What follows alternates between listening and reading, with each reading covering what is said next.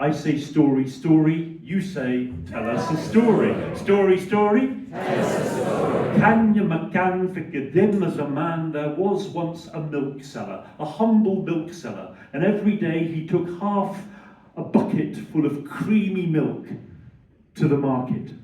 And on the way he went past Wadi Gaza, the river that flows through the middle of Gaza, and the water ran clear and cool. And he went on to the market and he sold his half a bucket of milk to his regular customers, who always came to him because his milk was so fresh and creamy. And he had enough to live. But as time went by, he noticed that some of the other tradespeople in the market were doing better than him. Some of them had a donkey, some of them had a cart, and some of them had a donkey and a cart, Hala said. And he thought, why can't I have that? And one day as he was wandering home past Wadi Gaza, he had an idea. And the next day he came with his half bucket of milk, and the day was hot, and he came to the clear running river, and very, very carefully he dipped his bucket half full of milk into the river and filled it to the brim, so his milk was now diluted, half milk and half water. And he carried that bucket full of milk to the market, and his regular customers came and they bought that diluted milk, and they didn't notice that it was different. And more customers came as well. Oh, it's more milk. And he came back from that market with his bucket empty and his purse full.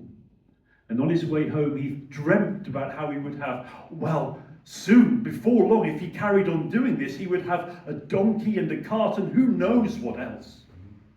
And he came to the river and he was happy, content, and he lay down under the shade of a tree, a tall tree by the river, and he drifted into daydreams.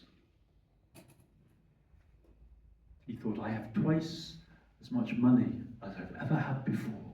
How wonderful. He woke up suddenly. There was a chattering noise above him. He looked up and there was a cheeky monkey in the branches of the tree. And the monkey was holding his purse full of coins. Oh no, monkey, give me back my purse, and that's my money. But the naughty monkey opened the purse and took out a coin and threw it down, and it struck him and landed beside him on the ground. No, monkey, give me my purse, all of the coins. And the monkey took out another shining coin and tossed the coin so it landed with a plop in the river. The next coin fell on the ground beside him, but the following coin landed with a plop in the river. The next one on the ground, the next one in the river. And so it went on until every single coin had been thrown by the monkey. And the purse was empty, and that mischievous monkey laughed and dropped the empty purse, which floated down to the ground beside that humble milk seller, and off went the monkey. And the milk seller, he gathered all the coins on the ground, he counted them back into the purse, and you'll never believe it. They were exactly the same number of coins as there were on every other day before that. And suddenly, oh, monkey, thank you. You are a sign that I must not be greedy and expect more than what I should have. I have enough, and I must not cheat my customers. That is clearly wrong. Oh, you have taught me a message, oh dear God, through this monkey. And the milk seller went home whistling and happy.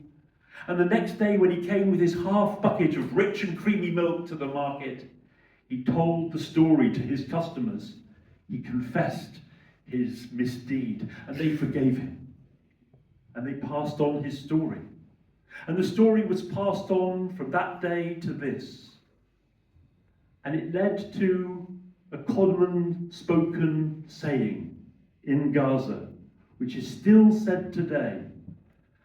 a phrase which means don't cheat anyone, be honest, and be satisfied with your lot.